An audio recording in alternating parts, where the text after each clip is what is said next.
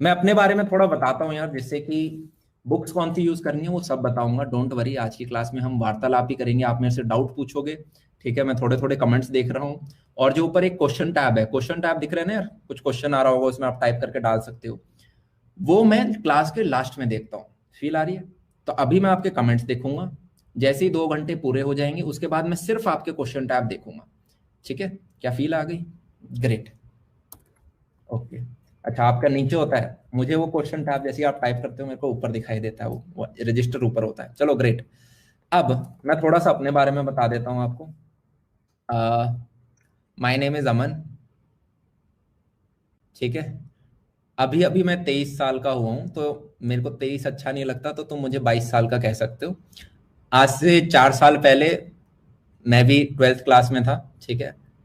Okay. तो ज्यादा बुढ़ापे का गैप नहीं हुआ है, जिस सिचुएशन से तुम जा रहे हो उसी से हम भी गए थे, बस तुम्हारा एक पेपर ज्यादा हो रहा है। ठीक है। हमारे टाइम में क्या होता था यार, बोर्ड एग्जाम और जेई मेंस दोनों के नंबर मिलते थे, तो हमारे साथ भी थोड़े बहुत एक्सपेरिमेंट्स किए थे। ऑल्दो आपको तो कैप्टन अमेरिका ही बना दिया इन्होंने। ठीक है। तो हम क्या करेंगे अब, फिर अब मैं यार बॉर्न इन राजस्थान हूँ, और शुरुआत के 2-3 साल गांव में ही रहा था। और राजस्थान में यार हमारे यही होता है कि या तो आर्मी वगैरह ज्वाइन कर लो या फिर स्पोर्ट्स में करियर बनाओ। इनको हम बहुत रिस्पेक्ट करते हैं, आर्मी और स्पोर्ट्स को। तो जब मैं दिल्ली आया पापा की जॉब की वजह से, तो पापा ने कहा बेटा बताओ कौन सा स्पोर्ट खोलोगे।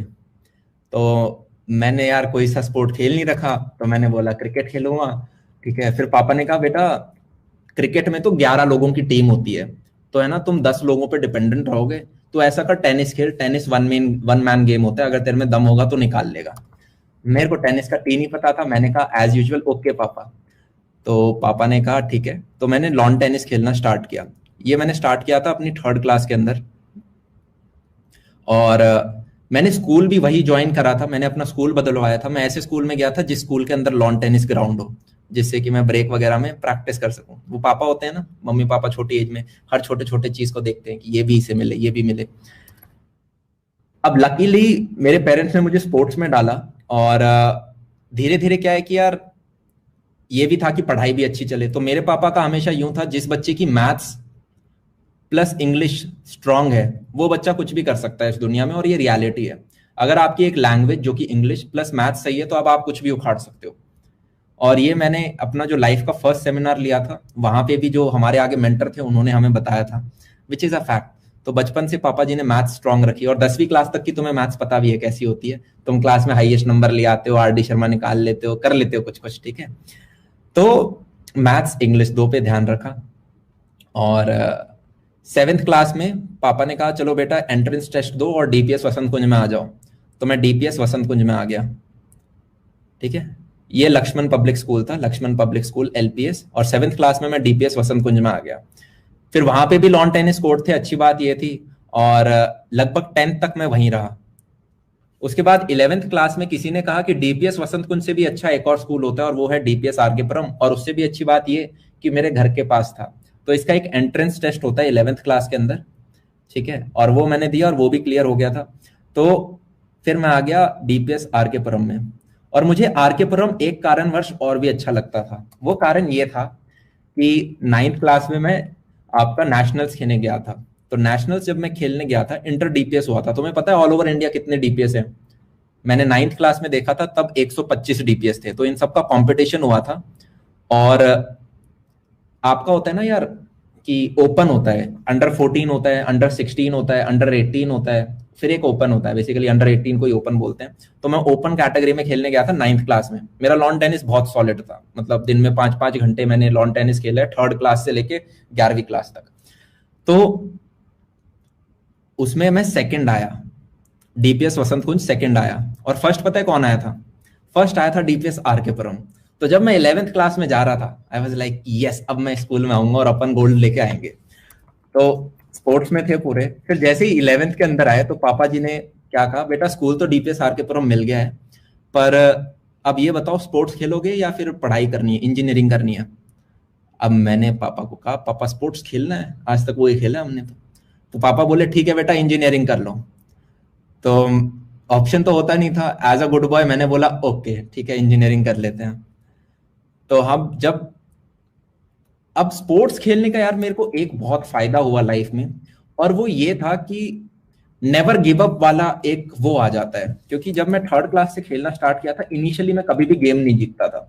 मैं कोचिंग में बहुत अच्छा खेलता था, पर जैसे ही कोई गेम होता था टूर्नामेंट वगैरह, मैं बच्चों से हार जाता था, बहुत नर्वस रहता था, बेस्ट परफॉर्मेंस कभी नहीं आई।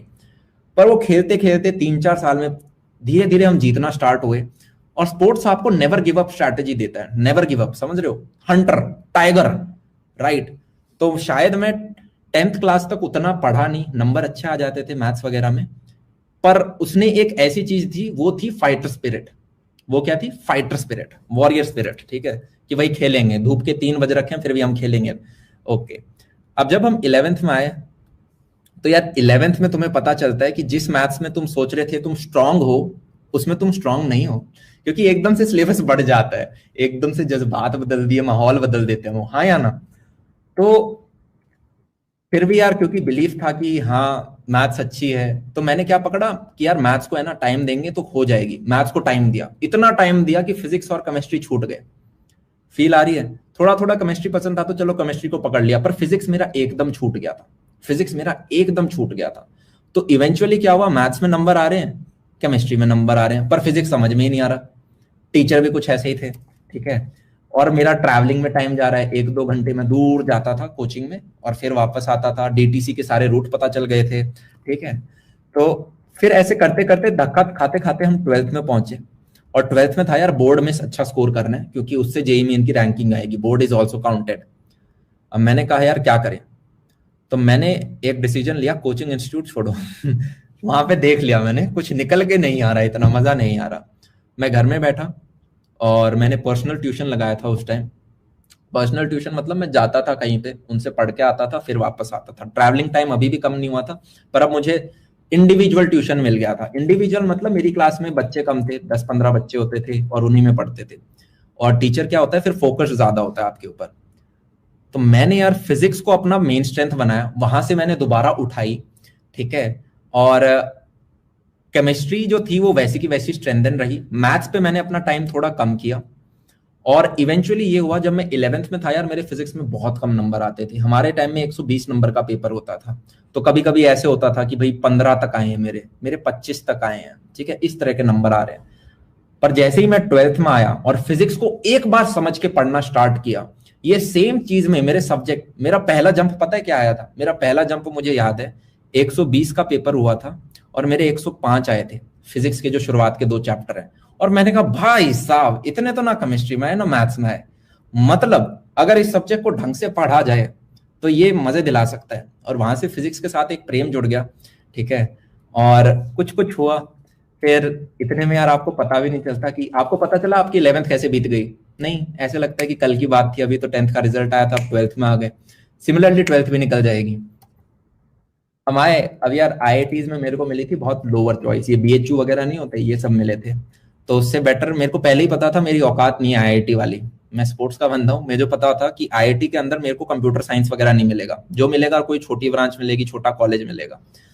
तो मेरा पहले से टारगेट था कि मुझे एनआईटीज, ट्रिपल आईटी, या फिर दिल्ली के अंदर 2 बहुत अच्छे इंस्टीट्यूट हैं, एनएसआईटी, डीटीयू, इनके अंदर जाना है। और एनएसआईटी के बारे में मैंने सुना था कि यार लास्ट ईयर जो 12th में जब मैं था, यहां से 8 बच्चे निकले थे गूगल के अंदर जिनका 1.25 करोड़ का पैकेज था, और ये बात मैं कर रहा हूं 2015 की। तो 8 बच्चे तो यार आईआईटी दिल्ली से नहीं निकलते, गूगल के अंदर 1.25 करोड़। तो ये बहुत अच्छा था, और मैंने सोच लिया था कि यार अगर इसकी मेरे को कंप्यूटर साइंस मिल गई ना, तो स्वाद आ जाएंगे जिंदगी के अंदर, ठीक है। तो मैंने कहा ग्रेट, इसी के करते हैं, ये हमारी औकात के अंदर है और इसको हम टारगेट भी कर सकते हैं। यहाँ पे यार आपको चीज समझती जानी है। मैं आपको सारी अपनी हिस्ट्री इसलिए बता रहा हूँ कि अगर आपका भी कुछ सेम रहा है तो जो मैंने किया वो आप भी कर सकते हो, हाँ या ना। प्लस तुम्हारे पास तो मैं हूं, तुम्हें रास्ते बता दूंगा कहाँ से लेफ्ट राइट लेना है, यस और नो। ग्रेट। तो अब हम इस कॉलेज के अंदर आ गए। अब मैं यार थोड़ा शाय था, ठीक है। अब कॉलेज की जर्नी के अंदर हम जा रहे हैं, कॉलेज की जर्नी के अंदर जा रहे हैं। आज यार सिर्फ एक दूसरे को हम जानेंगे, चिंता मत करो। कल से क्लास स्टार्ट करेंगे, क्योंकि काफी बच्चे हैं जिन्हें पता ही नहीं है कि आज क्लास है, ठीक है। तो आज हम थोड़ा जानेंगे, स्ट्रैटेजी डिस्कस करेंगे। तुम मेरे से कुछ भी डाउट पूछ सकते हो आज, about the course, about anything, right. Okay. तो मेरी लगभग यहाँ पे रैंक आई थी 6024, ठीक है। तो 6024 में आपको कंप्यूटर साइंस नहीं मिलता, मेरे को मिला आईटी, जो कि कंप्यूटर साइंस के जस्ट बाद होता है, पर लगभग अच्छी ब्रांच होती है, तो इट्स गुड, ठीक है। दोनों का एवरेज पैकेज सेम ही जाता है। तो मैंने कहा ओके चलो मिल गए, अब अंदर जाते हैं, हाँ मेंस के अंदर। अब मैं बहुत खुश था टू बी ऑनेस्ट। इनफैक्ट मेरे पापा यूं थे कि बेटा ड्रॉप ईयर ले लो, आईआईटी चले जाओ, क्योंकि आईआईटी का टैग बहुत अच्छा होता है। और मैं भी कंफ्यूज था कि यार कहीं आईआईटी का टैग बहुत अच्छा तो नहीं होता। पर मैंने एक डिसीजन लिया कि नहीं यार एनएसआईटी के अंदर जाएंगे। अब जब चले गए, कॉलेज के कुछ 4 साल बीते, उनके अंदर मैंने कुछ रामायण महाभारत और सब कुछ करा। उसका रिजल्ट ये हुआ कि जब मैं 4th ईयर में निकल रहा था, तो मेरा all over India highest package है, ठीक है। दिस इज अ फैक्ट, ठीक है, this is a fact. I have not been to IIT Delhi Bombay computer science, but still I got somehow touch wood a nice package. Okay, so बस कितना, देखो यार कभी भी एक औरत की उम्र और एक आदमी की इनकम नहीं पूछते, पर फिर भी मैंने अपने वीडियोस में काफी बार बता रखा है। मैं बार बार नहीं बताता क्योंकि वो अजीब सा लगता है मेरे को, खुद क्रिंज होने लग जाता है, ठीक है। सो और उससे भी इंटरेस्टिंग फैक्ट पता है क्या है? इंटरेस्टिंग फैक्ट ये है कि I don't work for anyone, मतलब मैं इंडिपेंडेंट हूं अपना, मेरी जहां मन करता है मैं उधर काम करता हूँ। पॉइंट बीइंग मैंने खुद का काम किया था, और वो मेरा खुद का काम, लोगों को प्लेसमेंट मिलती है जब वो किसी के लिए काम करते हैं, उनको जॉब मिलती है। मैंने अपना प्लेसमेंट क्रिएट किया था, क्या चीज समझ रहे हो?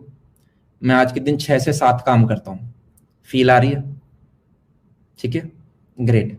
सो बस, तो अब इस 4 साल के दौरान मैंने एक चीज समझी कि यार अगर मेरे जैसा व्यक्ति जिसने 10th तक ज्यादा पढ़ाई नहीं करी, ठीक है, जिसने 11th-12th में भी एक एवरेज बच्चा ही रहा, 6000 रैंक कोई टॉप क्लास रैंक नहीं होती यार, वो टॉप 100 रैंक नहीं है, वो टॉप 500 रैंक नहीं है, ठीक है।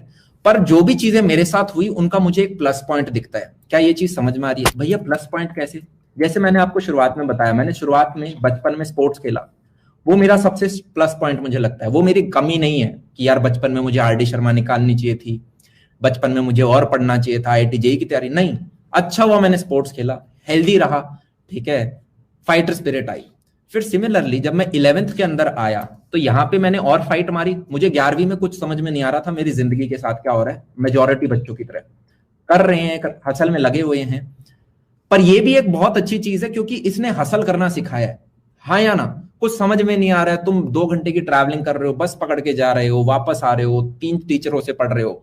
मैंने गलतियां करी, मिस्टेक्स करी, और उन मिस्टेक्स से मैं सीखा। क्या फील आ रही है? तो जब हम यार कंप्लेन करते हैं कि यार मेरी 11वीं बर्बाद हो गई किसी टीचर की वजह से, या फिर मेरा स्कूल खराब था, या माहौल खराब था, पेरेंट्स ने अच्छी तरह से गाइड नहीं किया, तो फिर उन्हें दिल से क्रिटिसाइज करो।